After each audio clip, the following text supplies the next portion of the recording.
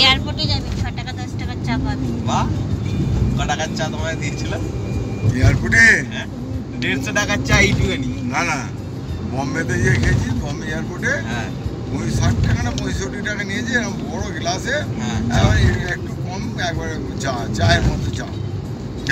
নমস্কার বন্ধুরা, simple living Nirupa ব্লগে সকলকেই স্বাগত।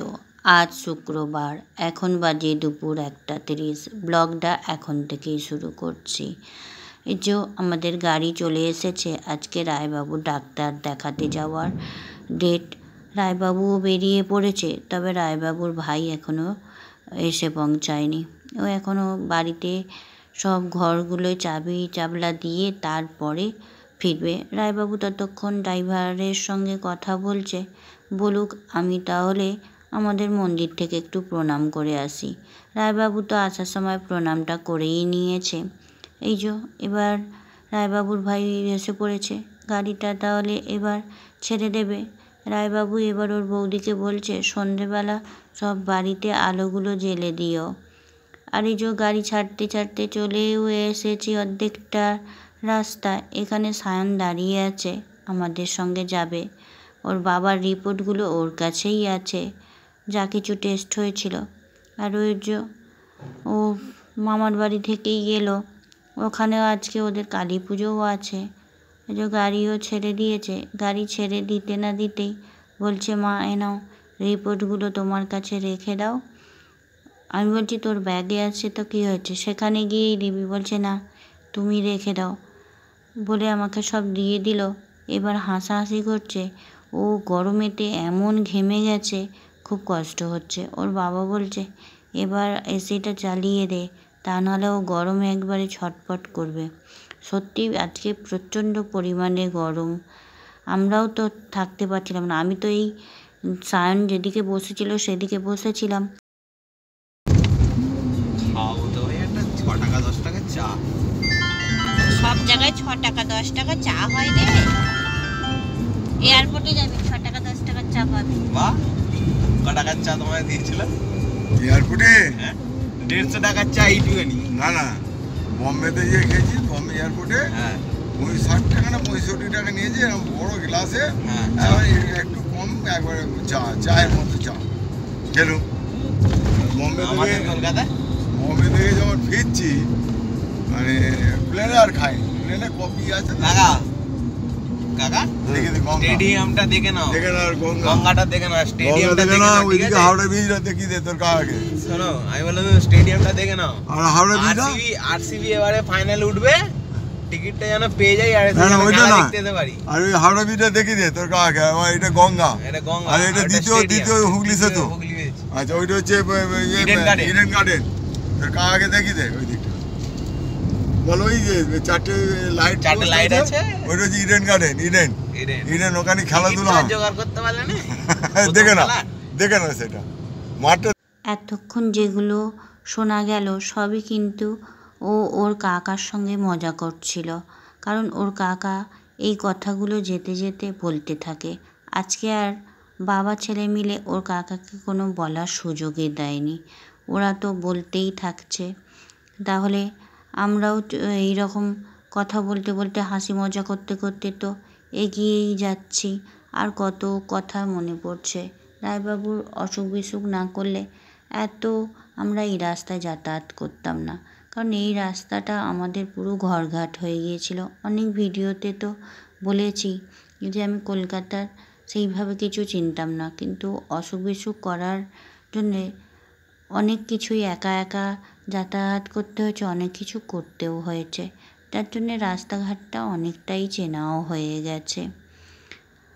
আর এই যে রায়বাবু মাঝে মাঝেই চোখটা মুছে নিচ্ছে, কি জানি রায়বাবুর চোখ দেখানো হয়েছিল, চোখেরও সমস্যা হয়েছে, চোখ থেকে অনবরত জল পড়তে থাকে। নেত্রলালিটা অপারেশন করতে বলেছে ডাক্তারবাবু।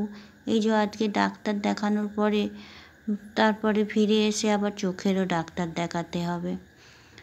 এই যে এখানেই তো পিজি হসপিটাল, সেই ডান দিকটা, ওইখানটাই বলা হচ্ছিল যে এখানটা নেমে আমরা কত সারা দিন রাত ধরে বসে থাকতাম শুধু রায়বাবুর সুস্থ হওয়ার অপেক্ষায়। আর সায়নকে বলছি, দেখ সায়ন, আর সায়নকে তো আমরা সায়ন বলি না, আমরা বাবু বলেই ডাকি। আমরা বলছিলাম, দেখ তুই কত ছোটোবেলা থেকে সব চারিদিকে এগুলো ঘুরে গেছিস, কিন্তু মনে তোর কিছুই নেই। তোকে 2-3বার নিয়ে আসা হয়েছে, তাও তোর দেখো আবার এই বড়োবেলায় দেখালে তবে তোর সব মনে পড়বে। কত ছোটোবেলা থেকে কত জায়গা ঘুরেছে, কিন্তু অত ছোটোবেলার কথা কারোরই কখনো মনে থাকে না। কিছু কিছু হয়তো মনে পড়ে, সবটা তো আর মনে পড়ে না। ও বলছে আবারও আসতে হবে। আমি বলছি, এই জায়গাতে কিন্তু আমাকে একবার খাওয়াতে হবে, জানিস, তোকে নিয়ে আসতে হবে। তুই আমার সব জিনিস নষ্ট করে দিয়েছিস জায়গাতে এসে আর ভিক্টোরিয়ায় এসে। বলছে কী ব্যাপার? আমি বলছি সেটা এখন সবার সামনে বলবো না, তুই লজ্জায় পড়ে যাবি।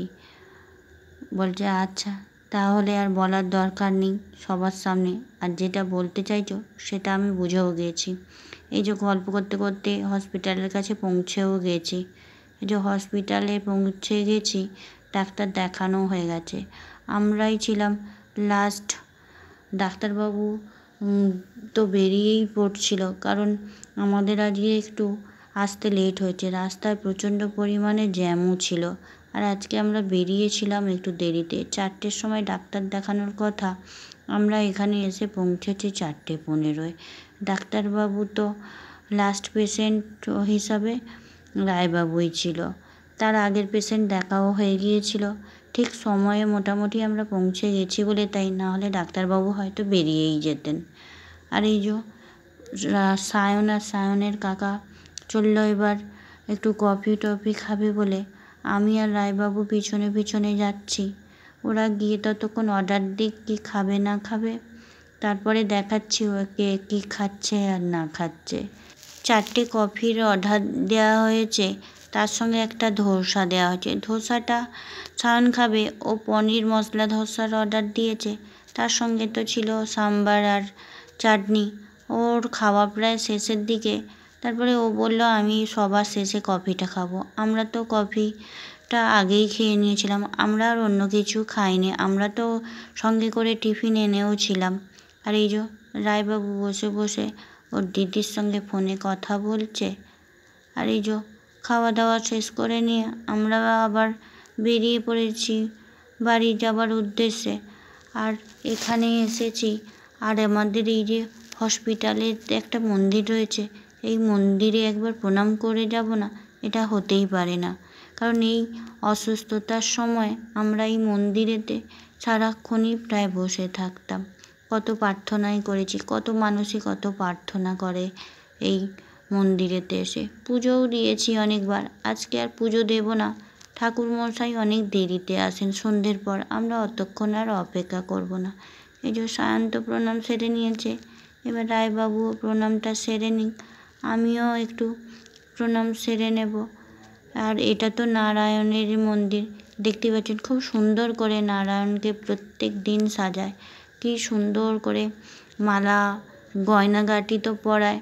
আমাকে রায়বাবু কিছু টাকা দিল ওই প্রণামী বাক্সে দেওয়ার জন্য, যেহেতু আজকে পুজো দেব না সেই জন্য।